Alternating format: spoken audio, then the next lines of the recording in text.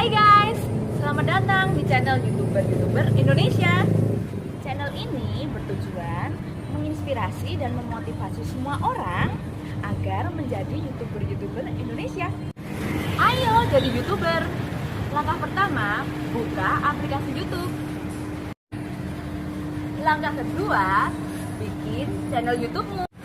Dan langkah ketiga, upload video-videomu di YouTube. Upload video apa saja, yang penting mulai dari sekarang ya. Setiap sosial media mempunyai karakteristik yang berbeda.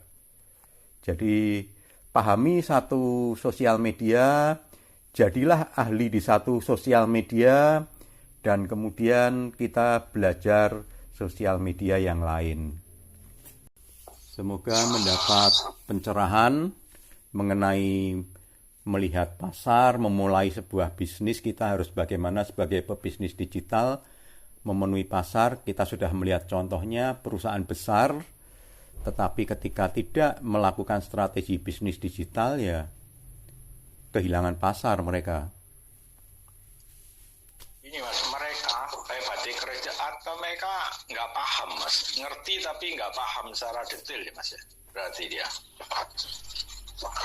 Gini, kebanyakan perusahaan, jadi ketika perusahaan-perusahaan kontak kepada saya dan ketika mereka berkonsultasi, rupanya ada kesalahan secara umum yang mereka pahami.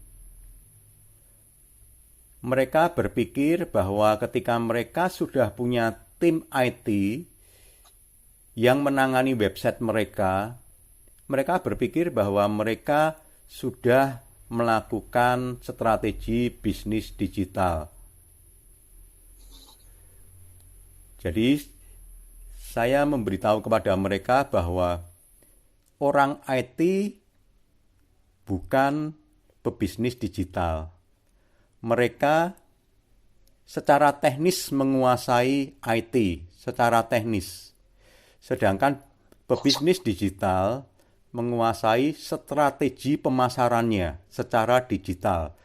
Jadi harus dibedakan, dan rupanya ini banyak perusahaan yang tidak paham di sini. Mereka berpikir orang IT itu sama dengan orang pemasaran yang paham strategi pemasaran digital. Itu kesalahan secara umumnya semacam itu. Jadi pihak pemilik juga ya, yang utama pemiliknya mas ya, atau manajernya mas. Ya, itu bisa menyangkut banyak ya. Kalau perusahaan yang mereka langsung perusahaan perorangan, ya berarti pemiliknya yang belum memahami itu. Tapi kalau kemudian dia perusahaan yang sudah terstruktur secara organisasi, ya level-level manajerialnya yang belum memahami konsep itu. Padahal mas, seminar banyak, yang jelas informasi banyak, kok nggak bisa mas ya, nggak bisa paham mas ya. Karena tidak dipaksa praktek seperti dengan saya ini mas.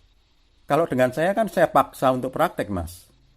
Kalau ikut seminar kan ataupun ikut workshop yang 3 hari kan materinya diberikan selama 3 hari, habis itu kan pulang. Ketika pulang kan baru sadar prakteknya ternyata punya hambatan. Dan ketika tidak ada mentor yang bimbing, ya bingung mas, tinggal gitu aja polanya. Bukan hanya digital ya mas, seminar-seminar yang lain juga seperti itu sama. Maka ketika saya mempelajari pola-pola seperti itu, bahwa ketika orang ikut seminar, ikut pelatihan, ikut workshop, selesai, ya, dengan berjalannya hari mereka kesulitan untuk menerapkan itu. Nah, saya melihat celah itu sebagai peluang bagi saya, bahwa saya harus fokus pada praktek. Jadi ketika orang belajar dengan saya, dia harus praktek. Sebelum praktek, satu jurus dipraktekkan dengan benar, dia tidak akan menerima jurus yang kedua.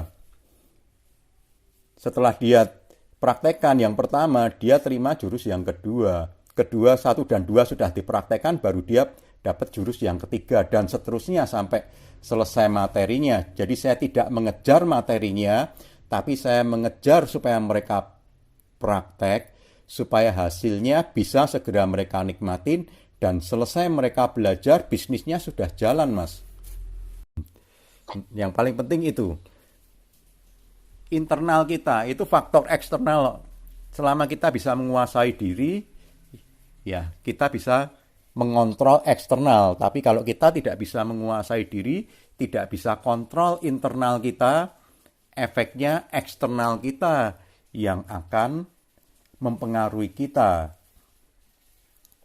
Itu hal yang umum terjadi, bukan hanya pada seseorang sih. Kebanyakan perusahaan tidak berkembang juga karena faktor internal. Jadi banyak perusahaan juga terjebak. Mereka mengatakan bahwa bisnis sedang lesu. Mereka mengatakan bahwa bisnis semakin sulit. Mereka mengatakan bahwa persaingan makin banyak. Sehingga perusahaan mereka mengalami banyak problem. Nah, kalau mereka memahami dengan benar, lihat dulu internalnya. Internalnya sudah kuat atau belum? Salah satunya sederhana. Apakah di perusahaan itu sudah ada tim pebisnis digital atau orang-orang yang menguasai strategi bisnis secara digital? Di samping mereka sudah punya orang IT. Orang IT menguasai teknis mengenai teknologi yang baru atau teknologi komputer tersebut atau kode-kode pemrograman. Itu hal teknis yang mereka kuasai. Jadi beda dengan pebisnis digital, strategi marketingnya itu jelas beda. Kalau mereka belum punya strategi bisnis digital, otomatis keluhan tadi akan muncul. Tetapi kalau mereka mempunyai tim ini, mereka akan tahu pola mereka berjualan masih konvensional, sedangkan saat ini pasar berubah. Mereka bergeser dari dulunya membeli secara konvensional, datang ke toko, kemudian mereka berubah dengan cara searching di Google, mencari produk, memilih produk, kemudian membeli secara online. Nah, selama mereka tidak mengarah ke arah bisnis digital, mereka tidak memindahkan bisnisnya secara digital untuk menunjang konvensionalnya, walaupun mereka punya toko, tokonya banyak, cabangnya ada di mana-mana. Tanpa mengembangkan bisnis digital, yang terjadi cepat atau lambat, omsetnya dari toko-toko itu akan turun, dan kemudian tokonya satu persatu akan tutup. Di mana banyak dialami oleh toko-toko yang mempunyai jaringan banyak. Kita sudah sering dengar atau kita sering baca, baik itu di Indonesia ataupun bahkan di negara maju Amerika pun, ternyata banyak toko-toko retail yang terpaksa harus menutup toko-tokonya karena mereka terlambat mengantisipasi masuk ke bisnis digital atau mengembangkan bisnis online mereka, sehingga terpaksa cabang-cabang mereka yang ada di kota-kota lain atau bahkan di negara-negara lain harus ditutup karena kalah dalam persaingan bisnis digital ini atau pemasaran bisnis online. Strateginya sekali lagi beda, bukan secara teknis memiliki orang IT, tetapi memiliki orang-orang yang menguasai strategi bisnis digital, internet marketing, atau bisnis online. Itu istilah-istilah yang saat ini sedang dicari banyak orang untuk dipelajari. Thank you guys for watching.